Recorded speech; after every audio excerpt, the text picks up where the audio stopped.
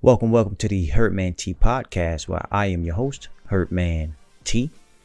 And if you want to support the podcast, head over to herdmant.com. You should see it on the screen to either buy merch, purchase an ebook, or even book a consultation.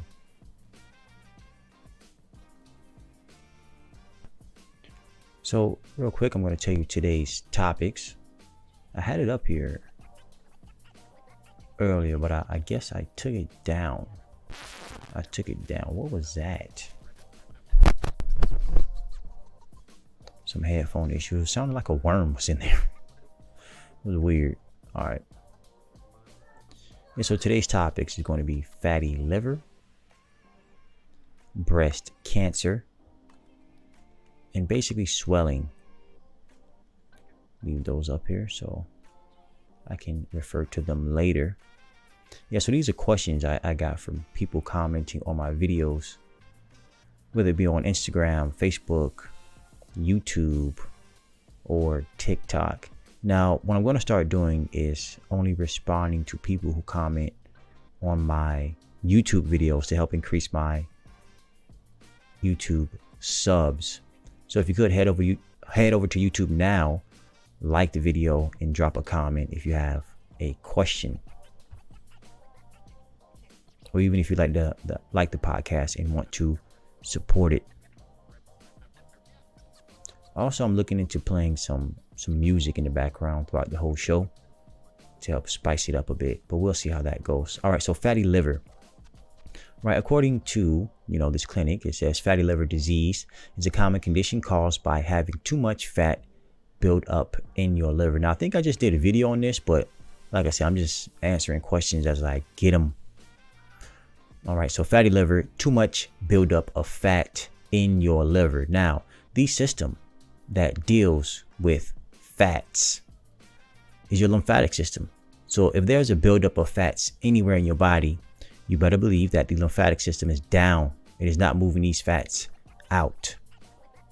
And the reason the lymphatic system is down is due to a kidney weakness. Your kidneys are responsible for filtering out this lymph, contrary to popular belief. As a matter of fact, in my opinion, the kidneys filter out your lymph, or filter out the sediment, or filter out your cellular and metabolic waste that has accumulated, causing this fat to build up anywhere in your body. Wherever there's an accumulation of waste, you're going to experience inflammation. You're going to experience tissues or cells not functioning properly. When that begins to happen, you have to find a way to get the waste out. And the quickest way to doing this is to eat more fruits, berries, and melons. Now, when you're talking about herbs for the liver, these herbs fall in a category known as hepatic. And within that category, you have herbs that can affect the liver in different ways, whether it be hepatoprotective, meaning to protect the liver, chalagogue, or choleretic, that deals with the liver's bowel. So it's important to know the herbal actions of herbs, just in case you might not be able to find some of these herbs I may mention. So these herbs either have a hepatoprotective, chalagogue, or choleretic action, as well as many others. It could be, anti-inflammatory action as well. It could also have a diuretic action, which will help to promote the movement of lymph. But some examples of herbs that can help restore or promote the liver's function will be burdock root, dandelion root, Oregon grapefruit, schisandra berry, milk thistle, as well as blessed thistle. But you're not going to stop there in terms of correcting a liver problem. You have to focus on your lymphatic system, the system that deals with your cellular and metabolic waste. Or really, you have to think holistic. The lymphatic system is systemic. You can find it all throughout your body. Your blood is also systemic. So when you're talking about moving lymph, you're talking about cleansing everything in the body. The lymphatic system is responsible for pulling the cellular and metabolic waste out of the body when it needs to be. Any excess, even if you have excess hormones, it's going to be responsible for getting rid of the excess hormones or even excess minerals. So it's important to get that lymphatic system moving. And to do that, you have to work on those kidneys. Also, too, you want to make sure you're focusing on the skin. Most likely, if you're having a liver problem, you're going to be having a skin issue as well, whether it be, infection on the skin, weakness of the skin, etc. So you definitely want to focus on the skin. You definitely want to focus on the kidneys as well to help move lymph so that the body can begin to do what it wants to do. And that's heal, that's regenerate tissue, that's repair itself. And again, to do that, of course, foods, number one is always foods. And then you have herbs that can help. And some of the herbs I mentioned was herbs that can help to promote the liver's function. Now, they are not limited to only the liver. For example, Schisandra berry has an hepatoprotective action, but it also promotes your endocrine system's function, promotes the function of your adrenal glands, your pituitary gland, as well as your hypothalamus gland. Then the burdock root also promotes your kidneys function as well as moves lymph. So these herbs can have multiple actions, but they could just be known for one action in particular. The next question. Well, the question was, good evening, please, I have fatty liver. Can you help me with natural remedy? Now, you can always book a consultation if you want to work with me one-on-one. As I said in the beginning of the video, hertmant.com, and you should see that on the screen. So, question here, can you a video for curing breast cancer? So to put curing and cancer in the same sentence is not a good idea. Hopefully this video doesn't get flagged, but whenever you're talking about the word cancer, it is simply abnormal cells in the body, cells that the body does not want in it, and the body needs to get those cells out. Anything the body doesn't want in it, aside from digestive waste, it will go out via the lymphatic system, as I mentioned before. So this excess of dead cells, the body can no longer use these cells, so it needs to be moved out, and the way the body will move it out will be through the lymphatic system. So if it's in the breast, of course, it's going to eventually get out through the kidneys or the skin, or whichever hole it can find. So it could, I'm not going to say that, who knows? I'm not familiar with these YouTube policies just yet, but point is, it's going to get out the best way it can. Now, we're talking about the lymphatic system and these abnormal cells moving out of the lymphatic system. Again, fruits, berries, and melons are the best for promoting the movement of lymph, but also, hopefully, you still have all your lymph nodes, or you could say lymphatic line, going down towards your kidneys. Again, the lymphatic system is systemic. The lymphatic system contains lymph nodes. Well, the lymph nodes are where all the battles take place in terms of getting rid of unwanted substances, or let's say breaking down these abnormal cells even further, so then they can be carried out through the kidneys, bladder, urethra. So some herbs that can be used to move lymph would be red clover blossoms, the burdock root, as well as cleavers. And you do have powerful herbs that can be used to move lymph as well, such as poke root and bloodroot. But you won't only be using herbs to move lymph. You would also be using herbs to focus on your endocrine system, because the cause could be due to an excess of hormones. So you want to focus on bringing balance to the endocrine system. You want to move lymph, and when moving lymph, you have to focus on your kidneys, and you have to focus on the skin as well. Now, we're talking about bringing balance to the body. Again, think holistic. So what are you eating that could have caused this problem? What foods have you consumed that could have dehydrated the body to the point where now the cells are not functioning properly as a whole, to the point now where they begin to break down? See, what happens is cells, they go to the bathroom, they got to take a dump, right? So you feed these cells create waste. What has happened is that this waste has accumulated in the breast area. Could be due to a genetic weakness, or you were just weak. Well, genetic weakness definitely, and then lymphatic stagnation began to occur. So these cells create waste, they poop, and again, the waste has accumulated around the cells because they didn't have a place to get out, which would be, in this case, mainly through the kidneys. So what tends to happen is that, you begin to lose kidney function and it won't show up on the test. You'll go take a test, they'll say everything's okay, but meanwhile your problem is getting worse, or your problem is basically not getting better. So your kidneys will start to lose function in terms of filtering out the sediment, and then the worst thing that could happen is then you don't sweat as much either. So now how is this waste getting out? No different than your septic tank in your bathroom backing up and you can no longer flush the waste down the toilet. Well, if it can't go down, it's going to try to come out a different way, a way it's not supposed to, and just going to irritate more things in your home, or in this case, more things in the body.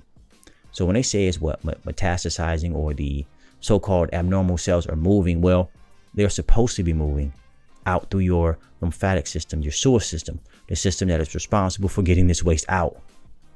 So, and you don't want to cut that line of travel for the most part. You don't want to cut that line of travel going out through your kidneys.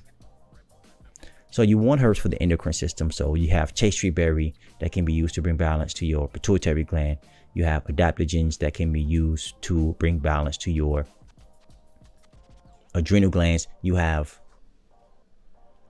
anti-thyroid herbs to help reduce thyroid function, or herbs to help increase thyroid function.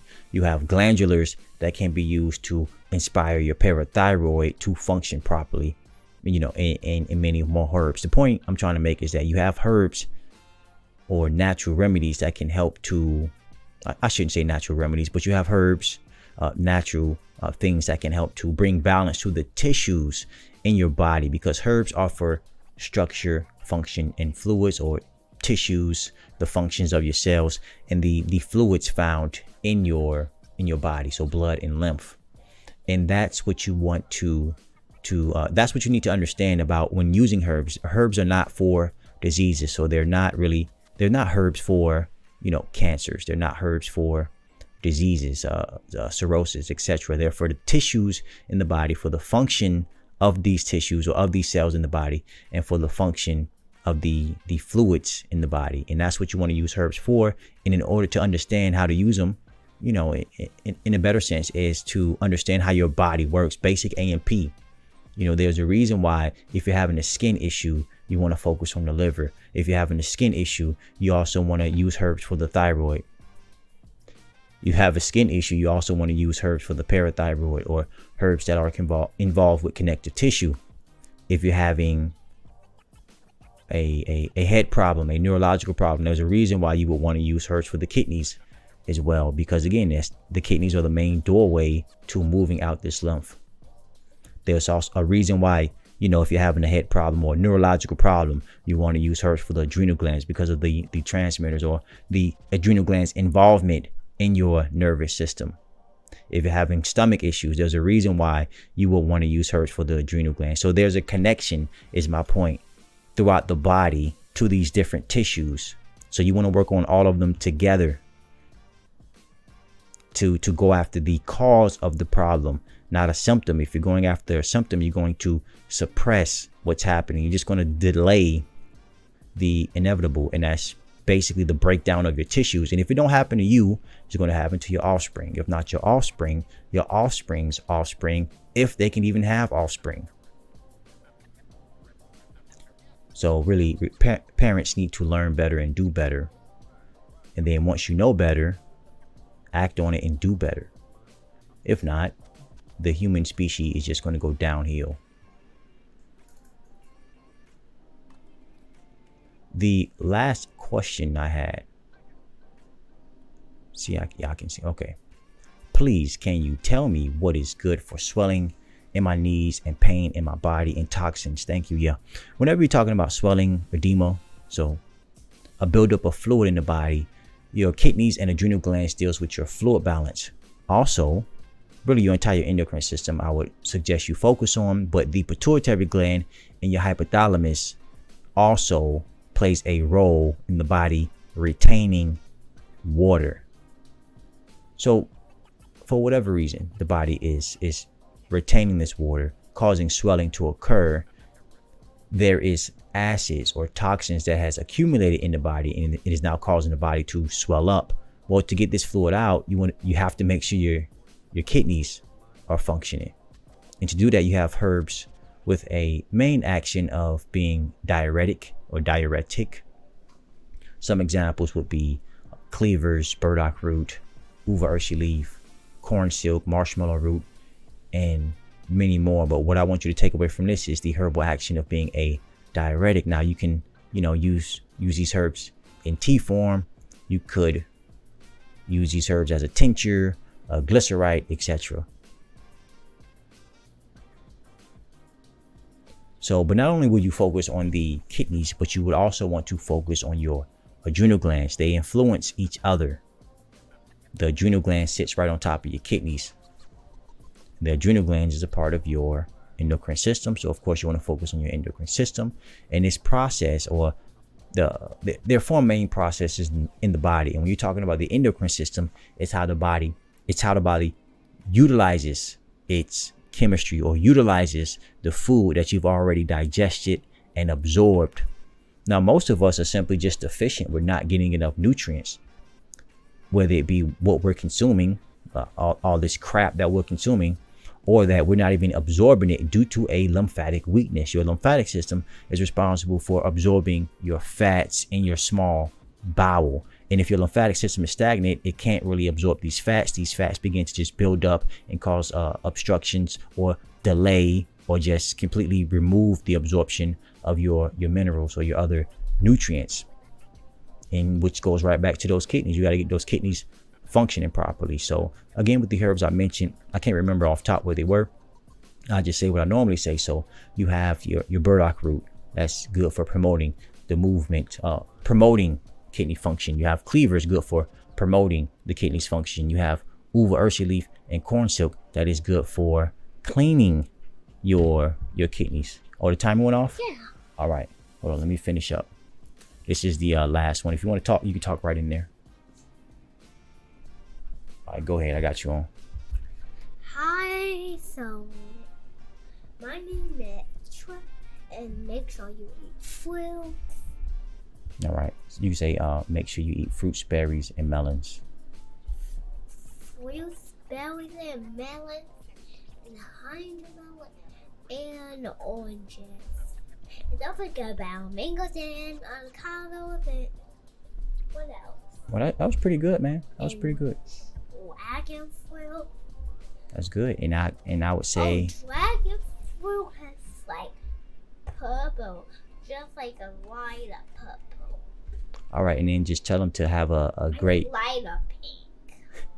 light up pink. Or not. All right, and now that's the end of the show. We're gonna end it on the show. If you want to support the podcast, or support the show, support Herdman Tea, head over to herdmant.com. Get a ebook, book a consultation if you want to work one-on-one, or go ahead and get the shirts. All right, have a good rest of your morning, afternoon, and or night.